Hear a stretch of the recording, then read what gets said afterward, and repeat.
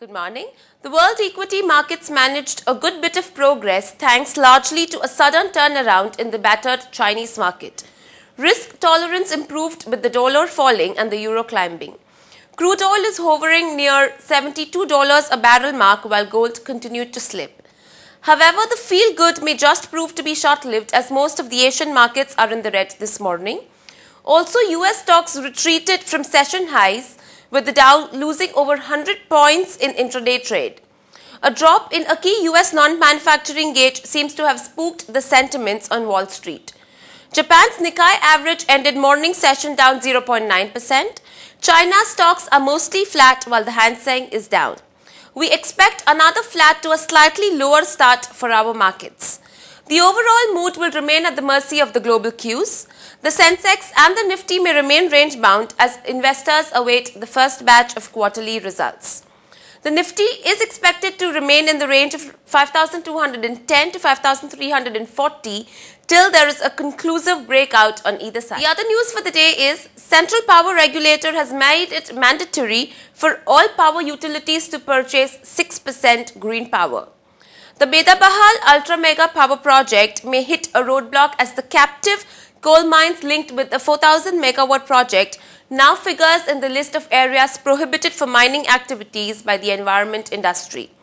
The interest rates on education loans by banks may be capped at 2% above their respective base rates. The government will have to incur a subsidy of about 10 billion rupees to supply sugar through ration shops due to an increase of about 4 rupees a kg in the price that it pays to mills for buying the sweetener. The centre's direct tax mop-up increased by over 15% to 686 billion rupees during the first quarter of this financial year. The government has released a discussion paper on FDI in retail. Monsoon covers entire India 9 days ahead of schedule. India's iron ore exports declined 15% in quarter 1 of financial year 2011 on slow offtake by Chinese steel mills. Tata Power said a consortium led by the company has been awarded 3 coal bed methane blocks for exploration in Satpura, Madhya Pradesh. Tata Motors will invest approximately around 100 billion rupees in the next 2 to 3 years on product development, facility modernization and other capex purposes. Reliance Industries has told the government that it will not sign contracts to supply gas from its KG D6 fields beyond 60 million units a day as it may not be able to sustain higher production. NTPC has suspended the plan to explore the river route to transport coal to its starved plants. Indiabulls Financial Services has raised rupees 12.6 billion by issuing 3-year zero-coupon NCDs to private and public sector banks, provident funds and mutual funds.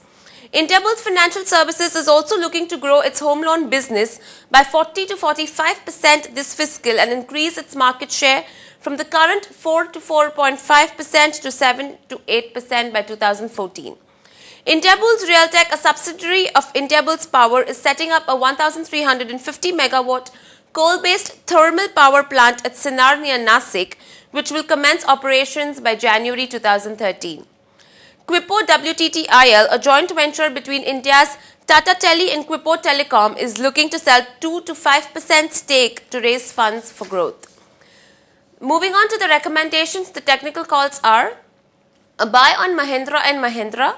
We advise buying the stock at current levels of rupees 627 with a stop loss at rupees 615 for a target price of rupees 651, and a buy on LIC Housing Finance. We recommend traders to buy the stock above levels of rupees 995 for a target price of rupees 1035, and it is advisable to maintain a stop loss at rupees 978. The derivative strategies are long JP Associate July future in the range of rupees 126 to rupees 127 for a target price of rupees 134, and a stop loss is to be placed at rupees 122. And long PNB July future in the range of rupees 1047 to rupees 1049 for a target price of rupees 1077, and a stop loss is to be placed at rupees 1032. Thank you and have a great day ahead.